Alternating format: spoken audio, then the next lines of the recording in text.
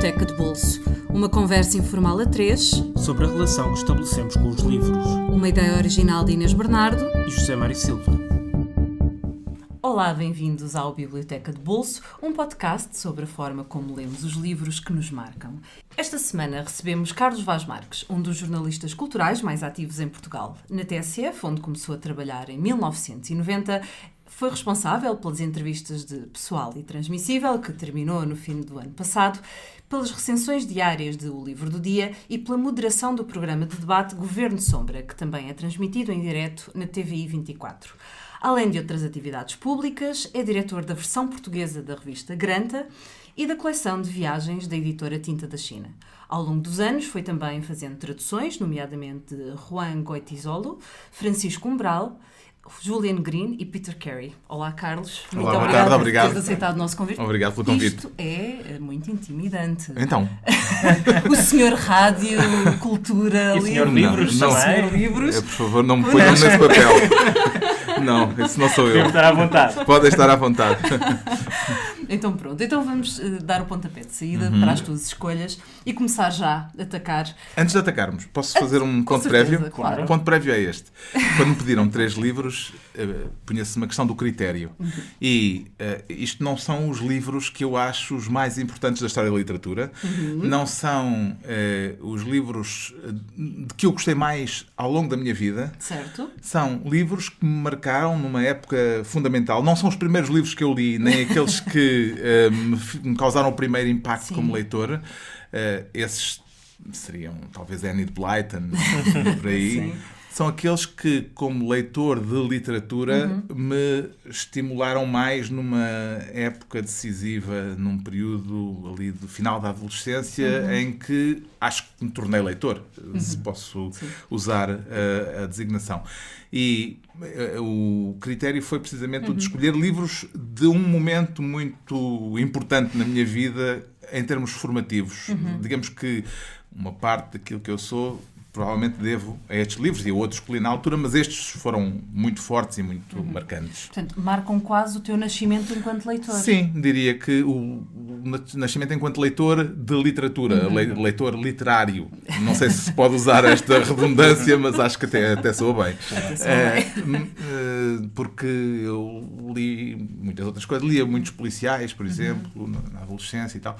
Mas o momento em que eu tive consciência da literatura enquanto forma de arte autónoma e expressiva foi com livros, alguns deles estes, que foram muito importantes e também correspondem a uma espécie de momento de interrogação existencial. Aliás, os 3 têm qualquer coisa a ver com isso e, portanto, A literatura acho que serve muito para isso também. serve muito para isso. Também há outras formas de literatura. Há literatura puramente, acho que puramente de diversão, embora tenha sempre, evidentemente, um fundo que diria mais de reflexão, mas neste caso são coisas muito introspectivas. São 3 livros de fundo muito introspectivo e correspondem, acho que, a uma espécie de transição entre a idade juvenil e a idade adulta. E o primeiro desses livros é Le Grand Molne. Le Grand Molne. Exatamente. Ou o Grande Molne. Grande Molne. em O Grande português. Molne. Não sou muito bem, mas Não. Não, enrola-se na boca. enrola-se muito. É exatamente do Alain Fournier. O Alain Fournier só escreveu este livro. É um Exato. escritor do princípio do século XX, publicou o livro em 1913, foi chamado para a Primeira Guerra Mundial logo no início da guerra e ao fim de poucas semanas de ter rebentado a guerra foi morto na Primeira Guerra Mundial. Portanto, é um livro único em todo o sentido da palavra. E é um livro, lá está, tem a ver com aquilo que tinha dito anteriormente sobre um período de transição entre a idade juvenil, entre a adolescência e a idade adulta. Fala exatamente sobre 2 amigos, não É, é? são- 15, 17 anos. Sim, é a história do Grande Molne, contada por um amigo dele, Exato. que assiste e acompanha, por um lado, a descoberta que o Grande Molne faz do amor, da paixão, e logo a seguir da perda. E, portanto, é um romance que, sendo uma transição da idade juvenil para a idade adulta, já tem dentro dele próprio aquilo que é um bocadinho melancólico, que corresponde ao facto de haver uma perda inevitável ao longo da vida, que todos teremos de confrontar mais tarde ou mais cedo, e, portanto, é esse lado melancólico do romance que na altura me marcou muito. Eu nunca li este romance. Sim. E agora, antes de vir, depois de ter escolhido, porque é um romance que eu me lembro muitas vezes, já li passagens, nunca reli.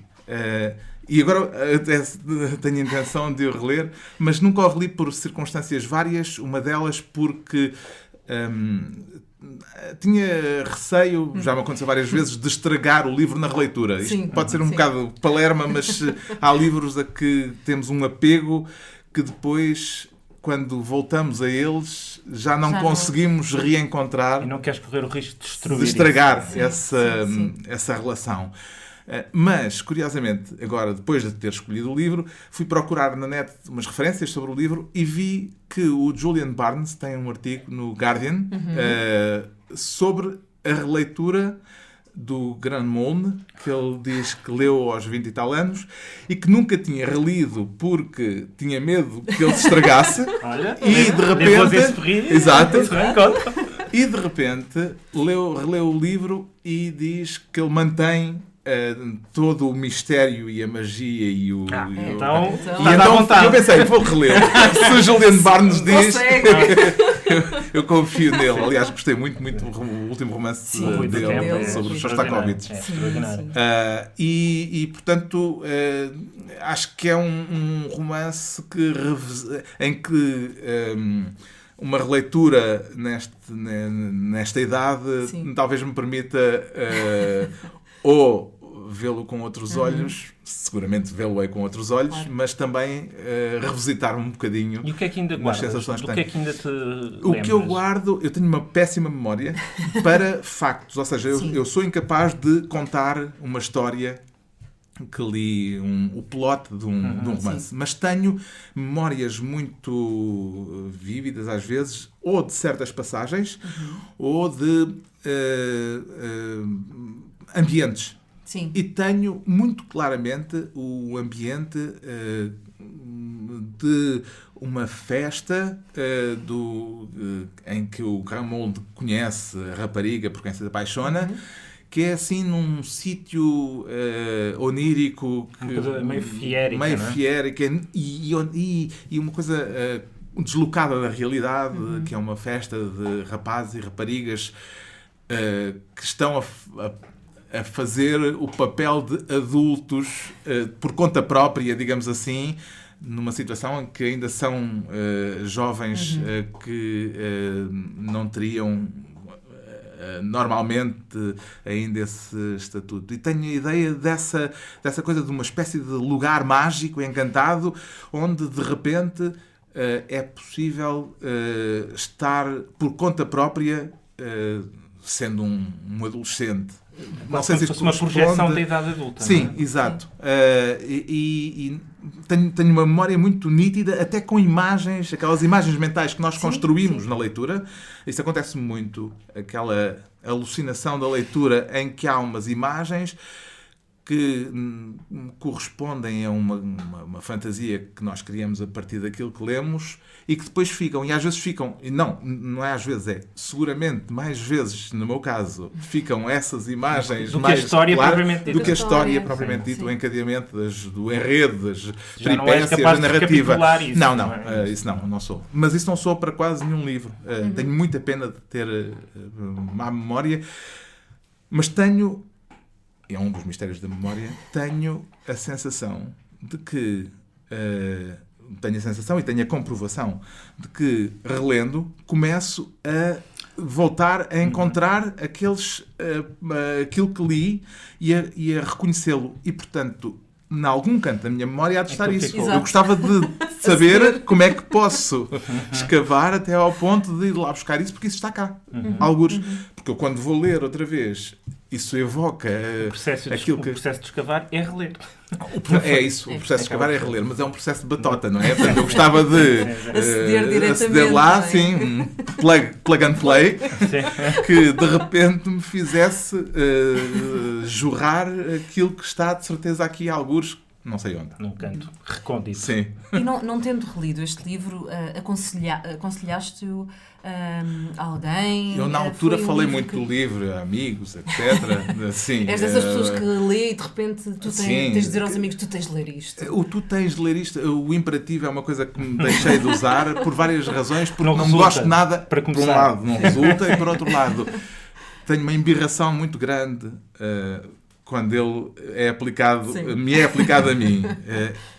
Eu lembro-me, e posso até dizer, que quem foi no Expresso, aqui há uns anos, lembro-me de haver uma, não sei se já lá estavas, Zé Mário, houve um número da revista, acho que da revista, ou ainda daquela secção, daquele suplemento que havia mais ligado às artes. Mil Folhas? O Mil Folhas. Não, Mil Folhas é do Público. Era o cartaz. No cartaz. Havia um número que eram os 10 livros ou 20 livros da nossa vida. E cada crítico escolhia um conjunto de livros. Eu lembro-me que a Clara Ferreira Alves escolheu o Grande Gatsby. Eu estava nos Açores.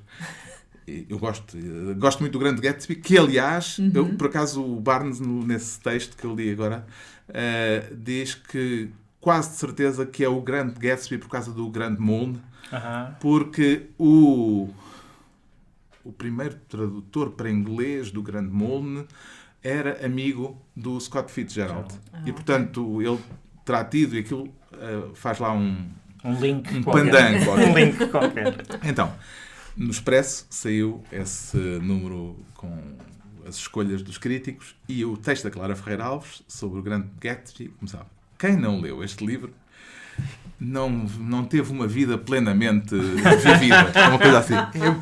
E eu, na altura... Dá-te logo vontade de não ler, não é? Eu já tinha lido. Não, mas é daquela que eu pensei, eu estou rodeado de pessoas que não têm uma vida plenamente vivida. Eu, por acaso, tenho a sorte de poder aceder a esse areópago, mas... De facto, esses imperativos são um bocadinho totalitários e eu não gosto muito deles. Portanto, sim, aconselhei o livro a muita gente, emprestei-o a muita gente. Agora andei à procura dele, ele estava em casa do meu filho, mas já era uma outra edição, porque eu li-o numa edição, creio que era da Portugália. Sim. E depois há uma edição posterior da Relógio d'Água, creio. E agora acho que o livro, nem sei se o livro está neste momento disponível. Pois, não está. Portanto, corram para as livrarias, porque é assim que acontece normalmente. Procuramos e não está lá quando queremos. O que está disponível e numa nova edição na Relógio d'Água, justamente, é o Náufrago do Thomas Bernhard. Sim, o Náufrago do Thomas Mann. Do Bernhard. Thomas Bernhard.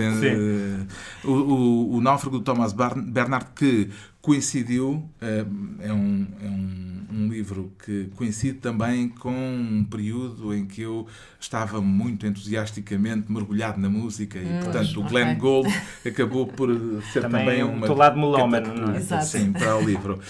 Mas não foi por isso. Foi, para já, porque o Thomas Bernhard é um escritor sensacional, é mesmo assim, extraordinário. Depois, porque tem esse lado introspectivo, no caso do Thomas Bernhard, bastante mais agreste e bastante nihilista. Às vezes quase desagradável. Não é? Desagradável, interrogativo até ao osso. Mas sempre muito forte, que me agrada muito e que gostei muito de descobrir. E depois, porque é um livro sobre os malefícios do gênio, que é uma coisa que raramente se encontra, porque é um livro narrado por um antigo colega do Glenn Gould, que no princípio dos anos 50 teve aulas com o Vladimir Horowitz, numa classe em que estavam também o Glenn Gould e um outro pianista. evidentemente, o Glenn Gould é um gênio absoluto e, portanto, sobressaiu e mais, não é só sobressaiu, esmagou os outros. Sim. Portanto, os outros são uma espécie de vítimas do gênio. São vítimas do gênio e, digamos que invertem aquela máxima que diz que o bom é inimigo do ótimo, aqui é o ótimo que é inimigo do bom, ou seja, e eu já vi isso várias vezes acontecer. Atenção, acho que é uma coisa que é um fenómeno que não é tão raro como isso.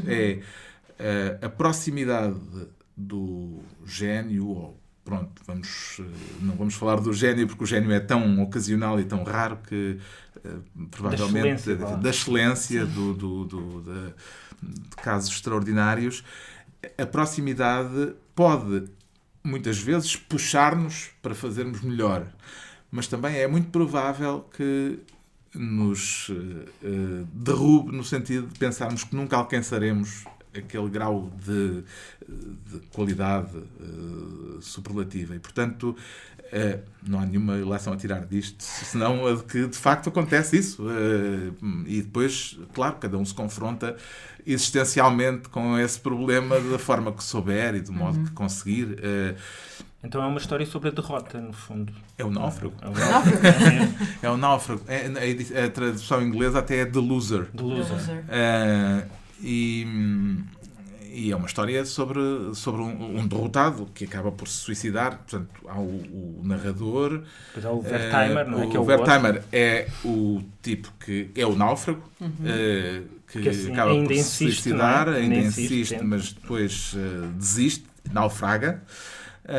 E pronto, e o Glenn Gould lá continua a sua vida, sendo que aquilo em termos biográficos não é de facto um romance, porque o Glenn Gould nunca foi aluno do Horowitz, até parece que detestava o pianismo, a forma de tocar do Horowitz, e portanto é uma liberdade poética, a liberdade literária de Thomas Bernhard que se deu a ela, muito bem. Mas foi um livro muito marcante porque é muito visceral, a forma também contundente como o Thomas Bernhard, não só naquele livro, mas noutros. E noutros, às vezes, até num grau superior o ano passado, há 2 anos, saiu a autobiografia do Thomas Bernhard, na Siri Alvim. Não me recordo agora do título, mas é procurarem. Vão à net. E é um livro também extraordinário, mas curiosamente muito... não se distancia assim tanto da ficção dele, não é? Porque não se distancia nada. Pois, ele é quase uma personagem dele próprio, não é? Sim, e a mesma, aquele aguilhão, é uma pessoa que não, pelos vistos, não tinha grande dificuldade em ser considerado desagradável, o que é e tinha uma grande questão mérito. muito séria com a Áustria, não é? E tinha uma questão muito séria com a Áustria, porque, aliás, na autobiografia está isso, né? Porque a infância dele foi marcada pela ascensão do nazismo, etc. Portanto, mas mesmo depois da guerra, ele teve sempre grandes problemas com a sociedade austríaca, não é? Até porque, e com a persistência dessa mentalidade nazi, muito depois, não é? Sim, aliás, a Áustria produz escritores bastante desagradáveis no sentido positivo da palavra. A Elfriede Jelinek, que é uma escritora também que nos rasga todos por dentro e por fora e tal, e é preciso ter estômago para ler aquilo, e eu compreendo que haja pessoas, e há várias pessoas que me disseram que não conseguem, não gostam, acham aquilo. Uma vez, acho que não posso recordar isto, uma vez em São Paulo estávamos num almoço, estava a Pilar del Rio, e eu disse que tinha lido e que estava assim fascinado com um romance da Elfriede Jelinek, e ela olhou para mim com aquele ar mortífero e disse-me: Carlos, eres um perverso. Obrigado. Acho que não disse nada, fiquei assim bastante abandonado com aquilo. Curiosamente, ela também tem um romance que é pianista, não é? Portanto, a pianista, exatamente. Pois é. Um romance, e aquele filme do Haneke, que também é brutal. É brutal. Austríacos. Sim, austríacos. E passamos para as anotações de Malte Lorid Briga. É alemão. Ainda estamos na língua alemã. Ainda estamos no alemão do Rilke. O Malte Lorid Briga. Também é o único romance. Ou narrativa, pronto. Um romance, se calhar não se pode dizer que seja. Um relato. Narrativa, pois. Poema em prosa. Do Rilke, que eu li. Sobre esse livro também há uma história curiosa, engraçada. Eu li-o numa idade, ali também no final da adolescência, 18 anos, 17 anos, quando estava no 12º ano, se não me engano, e tinha uma namorada que recebia livros, a quem eram emprestados livros, por uma namorada do irmão dela. Pronto. Uma cunhada, assim. Uma cunhada, entre aspas. Uma cunhada. E a cunhada, chamada Rosa, de vez em quando, era uma pessoa mais velha do que nós, eu nunca a conheci, era alguém que passava livros à Dina e que lhe aconselhava esses livros, e a Dina passava-nos a mim, quando achava que valia a pena. Foi o caso dos cadernos de Malte Lorid Briga. Porquê que isto é engraçado? Porque eu sabia que a pessoa que emprestava os livros se chamava Rosa, vivia em Coimbra, e tinha vaga ideia que era Oliveira. E a Dina, aqui há tempos, há uns 2 anos, perguntou-me assim: como é que a Rosa Oliveira publicou na Tinta da China? E eu, publicou na Tinta da China? Sei lá. Na coleção de poesia do Pedro Mexia. Sim. A Rosa Oliveira, não te lembras da Rosa que emprestava os livros? E eu, de repente, sim. Então, a Rosa Oliveira tinha mandado um original para o Pedro Mexia. Sim. O Pedro Mexia gostou muito. Aliás, é um livro extraordinário. Muito bom. Sim. Ganhou até o prémio de revelação, de primeiro autor, de primeira obra, naquele ano. E a Rosa Oliveira, que eu não tinha chegado a conhecer na altura, acabou por ser uma pessoa muito importante na minha vida. Depois acabei por encontrá-la quando o livro saiu. Já nos conhecemos, entretanto. Eu já lhe agradeci. Agradeci-lhe no Facebook, agradeci-lhe pessoalmente. Toda a formação literária que ela te deu. Sim, indiretamente. Uma série de livros que eu li por causa da Rosa Oliveira. E nomeadamente, Os Cadernos de Malte Lorid Briga, que também é um livro, mais numa transição que relata uma transição da idade juvenil para a idade adulta. Há um poeta dinamarquês que vai para Paris para escrever, e que é o Malte Lorid Briga, e que faz uma espécie de diário. Os cadernos, naqueles cadernos, anotações não só sobre aquilo que vê em Paris. Aliás, ele passa grande parte do tempo a dizer que quer aprender a ver, e sobre a escrita, sobre o escrever, e sobre as memórias de infância, sobre a família que deixou na Dinamarca e tal. Mas com uma carga existencial também muito, muito forte, que eu ia dizer que é muito atraente numa idade juvenil, e acho que é verdade isto, mas que continua a ser atraente na idade adulta, não é? Mas naquela idade formativa é uma coisa muito forte. E eu te fiz a prova porque pus o meu filho a lê-lo. Mais ou menos com a idade que mais ou menos, sim, por aí. Sim. E ele adorou. Aliás, por acaso hoje ele perguntou-me que livros é que... Eu disse-lhe que vinha fazer o podcast, que tinha que escolher 3 livros, e que livros é que escolheste. E eu disse-lhe, e ele: esse grande molde, nunca me falaste disso. Pronto, Onde é que esse está? Passa para cá. Sim, mas Os Cadernos de Malte Lorid Briga, ele leu, e também foi um livro que se tornou importante para ele. É um livro que não tem um plot, não tem uma história, não tem uma narrativa convencional, longe disso, mas que tem todas aquelas questões vagamente filosóficas, existenciais, que acabam sempre por ser determinantes, sobretudo num período formativo. Tem muitos fantasmas lá pelo meio. Ele evoca os fantasmas como nos poemas, creio. Acho que é o correspondente aos anjos dos poemas. A poesia só li depois. Mas este foi o livro que me abriu as portas para o Rilke. E de resto posso até se calhar dizer isto, embora talvez seja assim um bocadinho um pecado, mas eu gosto mais dos cadernos de Malte Lauritzen do que da poesia do Rilke. Nós não dizemos a ninguém, não contamos a ninguém. Mas foi uma leitura muito, muito marcante. E esse releste, entretanto? Esse já reli. Sim, até aliás quando foi agora reeditado. Meu filho. Não. Sim, aquela edição, eu tinha aquela edição, acho que é da Inova, não sei o que, uma edição assim antiga. E depois, claro, esse reeditado, que até é como depois nunca confrontei as traduções. Aquela brincadeira, pelo menos na primeira página, de fazer as comparações, acabei de não fazer isso, mas a tradução é nova, esta da Relógio d'Água. Eu tinha curiosidade de perceber se é uma tradução que tem alguma coisa a ver com a anterior ou não. Está a beijar o Carlos. Sim, eu acho que ela partilha, aliás, ela é uma apreciadora do Rilke. Acho que ela a partilhar esse entusiasmo. Ou é isso ou é o cheiro do meu gato. São as duas coisas, acho eu. Penso que sim. Mas eu podia ter escolhido mais 5 livros, ou 6, ou 10. A Rosa Oliveira emprestou mais. Olha, era uma boa ideia se fazeres uma coleção Rosa Oliveira. Recuperar os livros que ela sugeriu. Recordo. Também a minha memória não ia funcionar suficientemente. Talvez com a ajuda. Mas a ajuda dela. A coincidência, ela vem a publicar na Tinta dos Cítrios, na editora a que eu estou ligado. Exatamente.